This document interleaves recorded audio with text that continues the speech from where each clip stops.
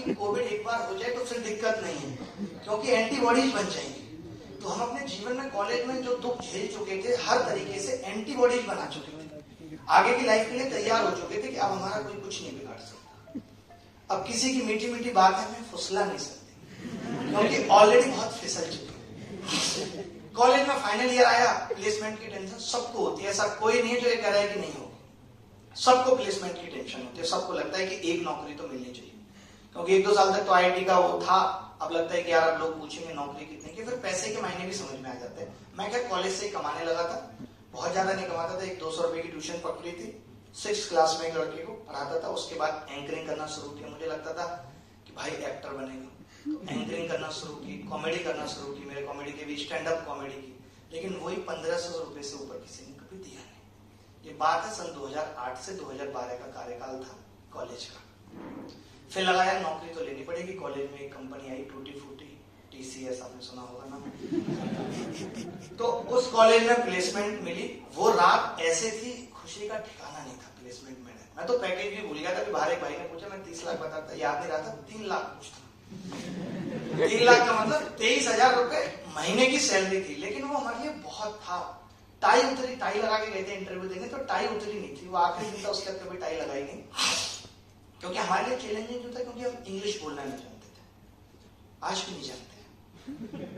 अभी मैं थोड़े दिन पहले फंडिंग के लिए यूके गया था, और अभी हमने एक राउंड किया भी है फंडिंग का। तो पहले से अब लोगों को पता होता है कि भाई आएगा तो एक ट्रांसलेटर रखना है, पता नहीं की जरूरत नहीं होती। कोई भी मैं बड़ी बड़ी मीटिंग करता हूँ किसी के, लोगों को पता है कि ट्रांसलेटर रखना है।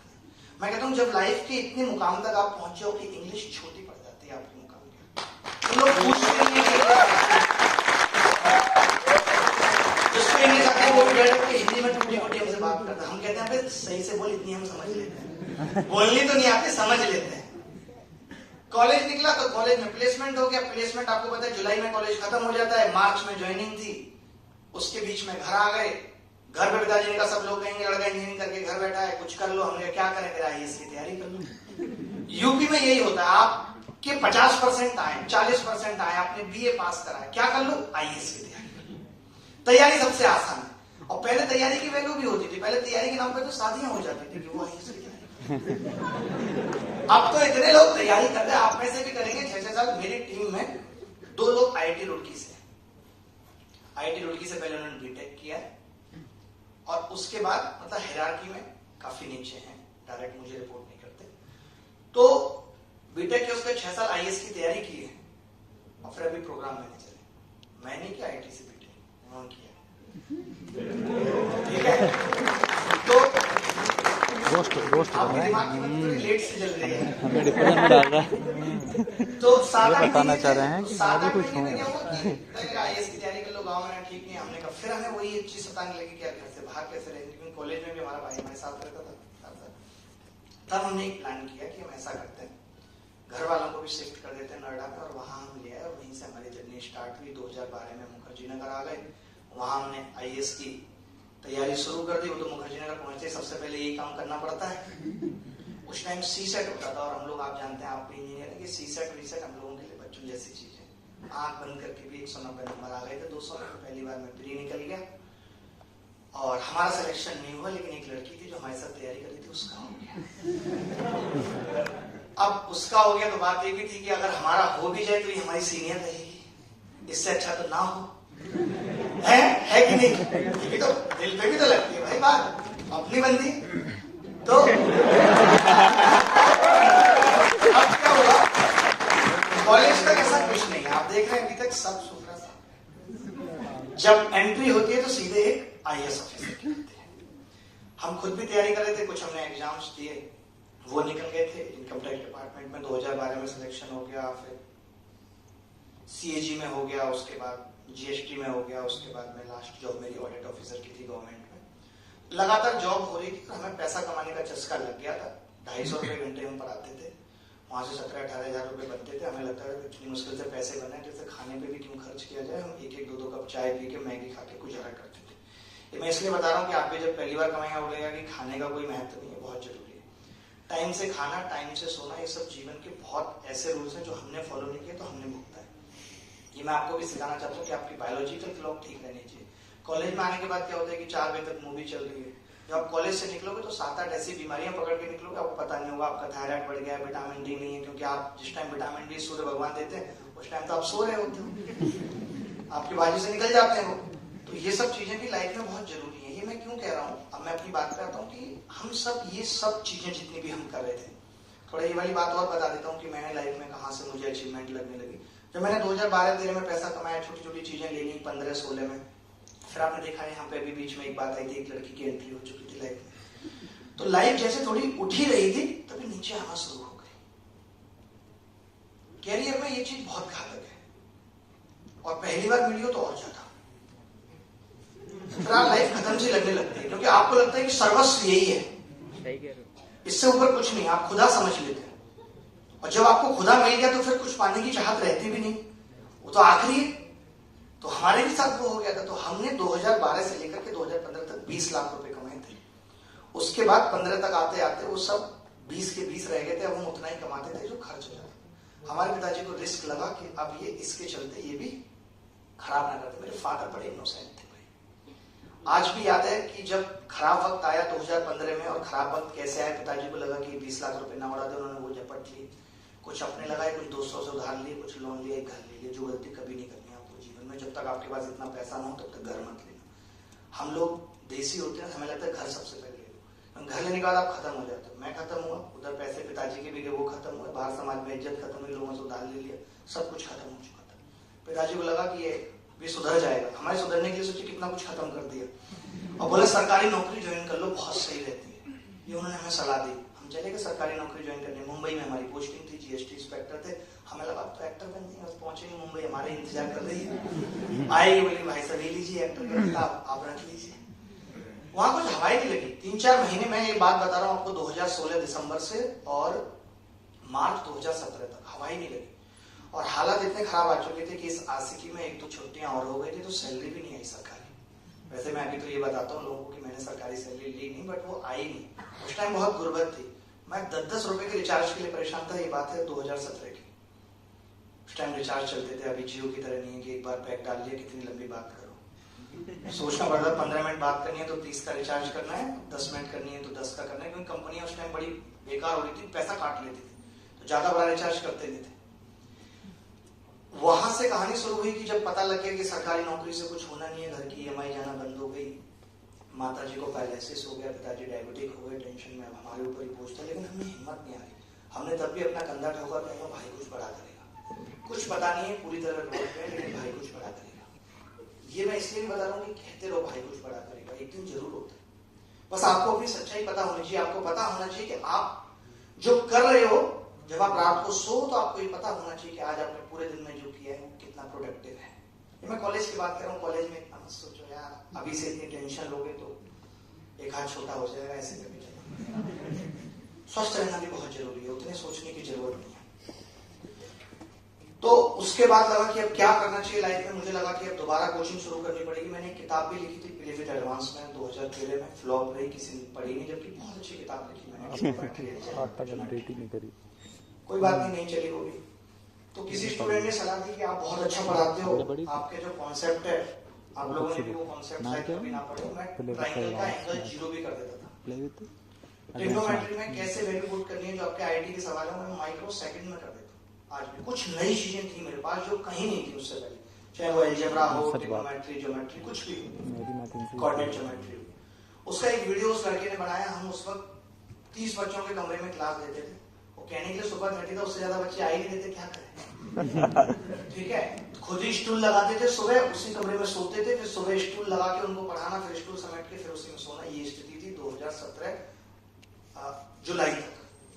तब एक लड़के ने हमारा वीडियो बना लिया। वो वीडियो हमने उससे मना भी करा भी कहीं डालना मत, क्योंकि शर्म भी लगती थी, रिश्तेदार भी कहेंगे, हर तरफ से हारे हुए थे कि करे तो करेंगे, सबको लगती है। आप भी कुछ नया करने जाओगे, आपको लगेगा लोगों को पता न चले, जब सफल हो जाओ तब पता चले। वो वीडियो डाला, उसके 700 सब्सक्राइबर थे। 6 दिन के अंदर वो 1 मिलियन लोगों ने वीडियो देखा 2017 में। बहुत सारे लोग आज भी डाउनलोड करते रहते हैं, बट हम कोविड वाले नहीं। आप देख रहे हो 2017 की बात, 2017 में 1 मिलियन लोगों द्वारा देखना बड़ी बात होती थी। हमने उसमें अपनी किताब का जिक्र भी किया था, तो हम रातों रात अमीर बन गए। किताब ऐसे बिकने लगी। किसी आप जैसे भाई ने एक वेबसाइट बना रखी थी और वो रेजर पे आपके वाले बंदे का रिजल्ट पे सिलेक्ट कर रखा था। तो जहां हम 10-20 रुपए के लिए परेशान थे, अचानक से हमारे अकाउंट में 3-3, 4-4 लाख रुपए गिर रहा। अकेले में हंसते थे खुशियां लगी, क्योंकि 2-3 साल की गुर्बत में जिंदगी लगी थी, किसी ने उधार तक नहीं दिया था कम वक्त। भाई ने सोचा अब तो बड़ी बात होगी, कोचिंग में पढ़ा भी रहे थे, वहां से छोड़ा, अपनी कोचिंग खोली मुखर्जी नगर में। पहले दिन जब कोचिंग खोली नवंबर 2017 की बात है, तो 500 बच्चे हैं हमारे पास, जगह 150 की थी। हमने उनको पढ़ाया और उस पढ़ाने में जो भी पैसा आया पिताजी तुरंत ले जाते थे, नहीं बर्बाद न करने, खत्म न करने। और हमारा प्रेम भी उस वक्त अंतिम पड़ाव पे था। हमें सोच चुके थे कि अब लाइफ में यू टर्न लेना है। ऐसा नहीं कि यू टर्न, कई लोग इसीलिए सिर्फ प्रेम को बोलते रहते हैं कि 6 साल से 7 साल से, ऐसा कोई जरूरी नहीं है। किसी भी चीज को जिंदगी में ढूंढने की जरूरत नहीं। अगर आपको लगता है कि नहीं चल पा रहा है, तो 6 या 7 साल, जितने भी साल बाद जिंदगी में लगने लगे कि मेरा डिसीजन ये गलत हो गया, तो यू टर्न ले लेना चाहिए। लेकिन याद रखना, यू टर्न कभी हाल नहीं मिलता। आप रोड पे भी चल, थोड़ा और गलत चलना पड़ता है, थोड़ा और रॉन्ग जाना पड़ता है, तब जाके। लेकिन यू टर्न लेने में बुराई कुछ नहीं। तो लाइफ में यू टर्न लेने का डिसीजन बन चुका था। दूसरा, मार्च आ चुकी थी, धीरे धीरे हमें लगा थोड़े से पैसे इकट्ठे हुए कि यार अब इतना कुछ करा है जीवन में, तो एक गाड़ी भी होनी चाहिए।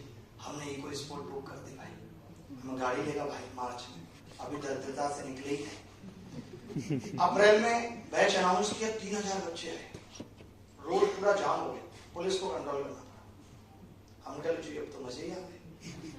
उस टाइम मैंने 1,77,000 बच्चों को ऑफलाइन क्लासेस पढ़ाई है। 1,77,000 बच्चों को मात्र 2 साल।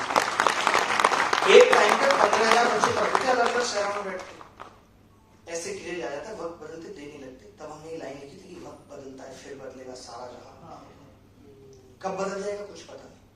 जब ऐसा हो गया, हमने कहा भैया हम बड़ा हॉल ले लेंगे, सब लोग फीस जमा कर लो। सब लोगों ने फीस जमा की। फिर हम मर्सिडीज बेंज लेके आए। मेरी पहली कार मर्सिडीज बेंज थी। और जब मैं वो लेने गया, लोन मेरा रिजेक्ट हो गया था, क्योंकि मैं बहुत 10 रुपए की रिचार्ज करता था दिन में। प्रॉब्लम आपको पता है, कंपनियां काट लेती उस डर से। और मैं ऑटो से लेने गया था, ऑटो से। और जब मैं मर्सिडीज बेंज लेने गया था, तब मेरे पास 2 या 3 जोड़ी कपड़े थे। और 12th क्लास तक सिर्फ 1 जोड़ी कपड़े थे। एक लड़की थी श्वेता, उसने कहते तुम्हारे पास 1 ही जोड़ी कपड़े हैं, मेरे से बात मत किया।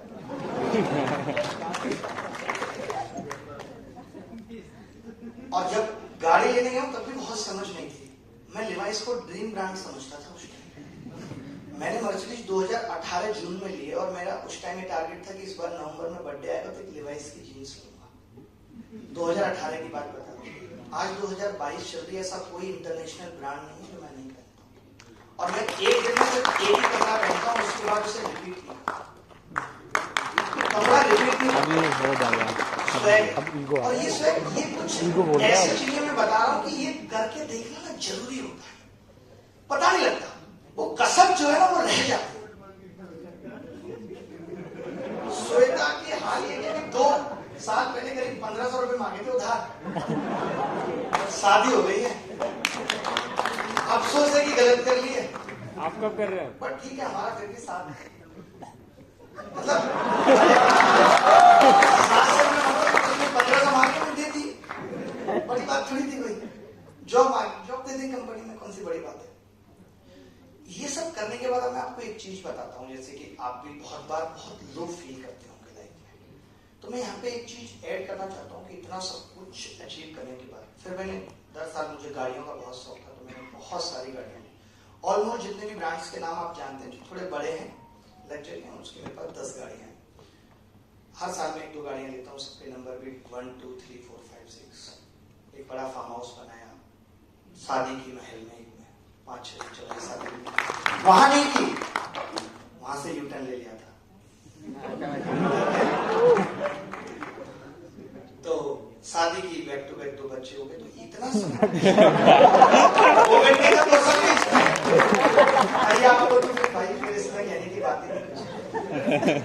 तो इतना सब कुछ अचीव करा मैंने, सब कुछ, पैसा भी ऑलमोस्ट, जहां मैंने शुरुआत अपने जीवन में 250 रुपए घंटे से की, वहां मैं 1.5-2 लाख रुपए घंटे तक पहुंचा टीचिंग में भी।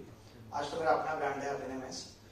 तो मैंने लाइफ में एक चीज देखी कि सुकून और ये सब चीजें दोनों अलग अलग है। सुकून के अलग मायने। और जब जिंदगी बहुत उलझ जाती है तो ये तय है कि सुकून खो जाता है। मैंने सिर्फ पूरे कोविड में 2 साल में बहुत इंट्रोस्पेक्शन किया। आप में से कितने सारे लोग मास्लो थ्योरी जानते हैं? मास्लो थ्योरी नहीं जानते? पबेड में आती है, उतना पढ़ते होते नहीं है, मतलब आप जानते हैं हायरार्की लाइन जो है कि पहले आपको किस चीज की नीड होती है, उसमें 5th स्टेज आती है। मैं लाइफ की उस 5th स्टेज में चला गया था जहां आप सेल्फ एक्चुअलाइजेशन और इंट्रोस्पेक्शन करते हैं। तो मैंने देखा, हाँ मैस्लो, अब हम उतना सही से अंग्रेजी नहीं बोल पाते, अब उसकी हिंदी कुछ है नहीं तो हिंदी में बोल देते। तो मैंने देखा कि सारा खेल ना रिलेवेंस का है। रिलेवेंस के मायने क्या है कि कोई आदमी 50 रुपए खो जाने पर उतना दुखी है जितना मैं 50 लाख पे होता हूं। मैं भी दुखी हूं, वो भी दुखी। मेरा मतलब है कि संसार में दुख सुख कुछ नहीं है, संसार में सही गलत कुछ नहीं है, सब कुछ वक्त और जगह के हिसाब से। कोई चीज किसी वक्त पे सही है, कोई चीज किसी वक्त पे गलत है। हमेशा सच भी सच नहीं, सही नहीं है, बहुत बार सच गलत हो जाता है।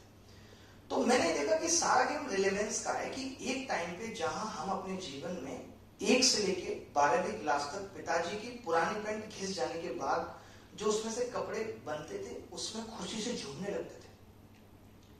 आज वो खुशी डियोर एलवी गुची में नहीं है, वो पागलों जैसी खुशी नहीं है। हम पिताजी अगर पड़ोस का स्कूटर मांग के भी नानी के घर घुमा लाते थे तो एक अलग मजा आता था उनके साथ स्कूटर पे आगे खड़े होने में। आज वो महंगी महंगी कारों में घूमने की आजादी है, लेकिन फिर भी वो मजा नहीं है। तो मुझे एक चीज यहाँ पे समझ में आई कि आपके भी दादाजी कहते होंगे, हमारे भी पिताजी कहते थे कि मन चंगा तो कठौती में गंगा। सुना है कि अगर मन ठीक है तो 4 दोस्तों के साथ नुक्कड़ पे चाय पीने में वो मजा है जो मन ठीक ना होने पर गर्लफ्रेंड के साथ मालदीव में भी नहीं है। यह सही बात है, मैंने जीवन से यही समझा। इसका मतलब यह है कि जिंदगी का अंतिम उद्देश्य इस मन को ठीक करना होना चाहिए। बहुत गहरी है ये बात। मैंने जो अपनी लाइफ से सीखा कि इस मन को ठीक करना जिंदगी का अंतिम उद्देश्य होना चाहिए जिसपे हम कोई ध्यान नहीं रख पाते। जिंदगी की भागदौड़ में हमारा तो खाने पीने पे ध्यान नहीं, और आज हम ये भी जानते हैं कि खाने पीने में उतने विटामिन और मिनरल्स बचे भी नहीं। हमारी बॉडी में आप में से कितने लोगों को नहीं पता होगा कि विटामिन डी की कमी है जिसकी वजह से हमेशा आलस आता रहता है। देखो कैसे लेट है। और विटामिन बी की कमी से हम चीजें भूलने लगते हैं। आप में से कितने सारे लोग ऐसे होंगे जिनको ऐसा ख्याल आता होगा रूम लॉक कराए, शायद फिर भी करके आए हो या नहीं आए, चाबी रख के भूल जाते हैं रूम की। ये सब विटामिन बी कॉम्प्लेक्स की कमी की वजह से क्या हम भूलें, इन सब चीजों पे हमारा ध्यान नहीं है। आज आप में से हम सब लोग मैक्सिमम सिर्फ यहां तक सांस लेके छोड़ देते हैं, जबकि सारा गेम इन सांसों का है, वजन इन सांसों का है और कीमत सोच। आप बताइए कि कितना भी भारी आदमी हो, अगर निपट गया है तो तैरता रहेगा, मानते कि नहीं? और कितना भी कमजोर आदमी है फिर भी डूब जाएगा क्योंकि सांसें चलेंगी। तो वजन तो इन सांसों में, और हम उस ऑक्सीजन जो कि हमारे दिमाग को एक्टिवेट करेगी हम वही नहीं कर रहे। तो सबसे जरूरी चीज यही है कि इस मन को ठीक रखा जाए।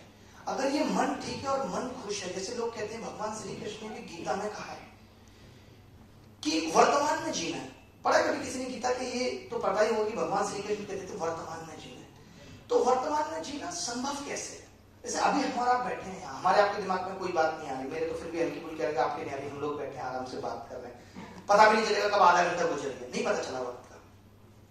जिंदगी को ऐसे ही जीना है कि वक्त का पता ना चले, टाइमलेसनेस पैदा हो जाए। और वो टाइमलेसनेस तभी पैदा हो सकती है कि जब प्रेम में वातावरण हो। यहाँ सब कुछ प्रेम में वातावरण है, हमारी आपकी आपस में कोई लड़ाई नहीं, कुछ नहीं, सब कुछ प्रेम है। प्रेम एक ऐसी चीज है जहां टाइमलेसनेस पैदा हो जाती है, जहां समय शून्य हो जाता है, और तब हम फील कर पाते हैं कि सोच क्या है। ये सब चीजों में हमारा ध्यान है। I am spiritual engineer,